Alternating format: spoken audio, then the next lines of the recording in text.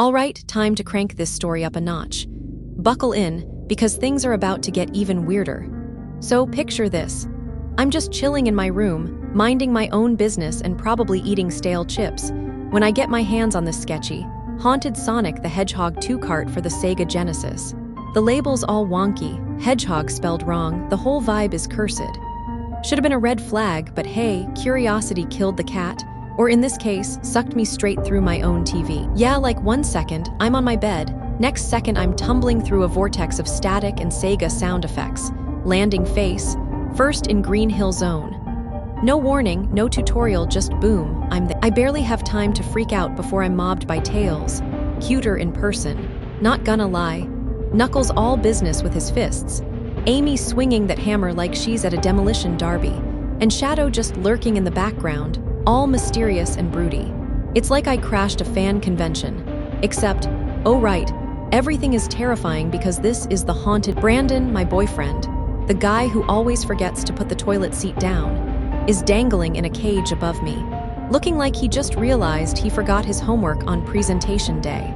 I call up and he just gives me that, help me, I'm desperate but too cool to admit it look. Before I can even say, what the actual hell, Knuckles and Shadow grab me for a crash course boot camp. And man, they do not mess around.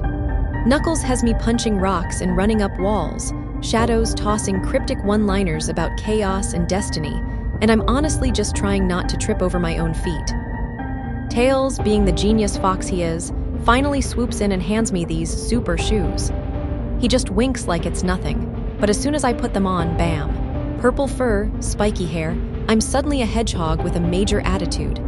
I have never felt cooler, not even that time I wore sunglasses indoor. Suiting up, I blast my way through Sonic space, which is basically a nightmare version of Eggman's lair.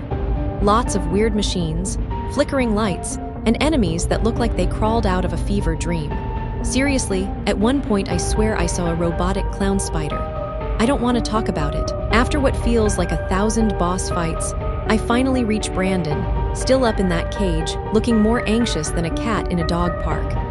But just as I'm about to play hero, Sonic himself shows up.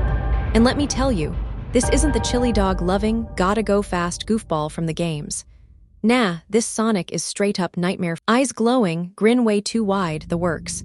The background is full of creepy, echoey sounds of kids crying from other cages. I mean, what kind of cursed DLC is this? Sonic, acting like he's auditioning for the next horror flick, snaps his fingers and unleashes a horde of monsters that look like rejected Pokémon designs. You ready to die? He sneers. Honestly, I almost laugh at the cliché, but then things get real. Tails, Amy, Knuckles, and Shadow come crashing in like the Avengers. Shadow's doing his teleporty thing, Knuckles is basically a red wrecking ball, Amy's hammer is smashing everything, and Tails is, I dunno, hacking the security with his Game Boy or whatever foxes do. Sonic's just getting uglier by the second, face twisting into something that keep you up at night. He smirks. Gotta go fast. And bolts, expecting me to chase him. Brandon shouts, "Be careful." Like I wasn't already sweating bullets. No pressure, right? So I sprint after Sonic, heart pounding like a drumline. He just stops mid-run, whips out all 7 Chaos Emeralds, and starts giggling like a demon-possessed toddler. Dude transforms into Super Sonic, all golden and terrifying. If I wasn't purple and sparkly, I'd probably be peeing myself. But then, plot twist, I snatch those emeralds right out from under him and transform into Super Rachel. Actual childhood dream unlocked. What follows is just pure chaos. We're clashing back and forth, zooming around faster than the camera can keep up. Every hit feels like a car crash, and I'm dodging moves that would have toasted me 10 times over if I was still human. For a while it's dead even, but then I land this absolutely brutal punch. I'm talking, send him into orbit levels of force. Sonic's head snaps back, and the crack is loud enough to make you wince. He's furious, eyes blazing, and he comes at me like an unhinged blender. I barely dodge, but he lands a blow so hard I see stars. Honestly, I think my ears are still ringing. This isn't just a fight, it's an all-out war. 5 days, 5 actual days of us tearing each other apart across every zone you can imagine. Lava ice, neon city, even a haunted casino. I'm running on fumes, hallucinating chili dogs, but I keep swinging. Day 5, we're both wrecked. Sonic grabs my legs, swings me around like a rag doll, and hurls me a mile. I'm lying there, face in the dirt, bruised and just about done, when I get this wild idea. If I just stall him, his super form's gotta burn out eventually, right? So I start dodging, making him chase me, burning up his chaos energy. Finally, he sputters out, collapsing back into his normal blue self, panting like a marathon runner. This is it, the final round. I rocket over and hit him with everything I've got. The punch lands, and it's brutal. I mean, there's blood, guts, all that gnarly stuff Sega would never let you see. Sonic hits the ground and doesn't get back up. It's honestly kinda sad, if you think about it, but mostly I'm just relieved it's over. Time for cleanup. I race back to the prison, bust open every cage, and free Brandon and all those missing kids. The relief on their faces is unreal. Brandon hugs me, says he's proud, probably the nicest thing he's said all month.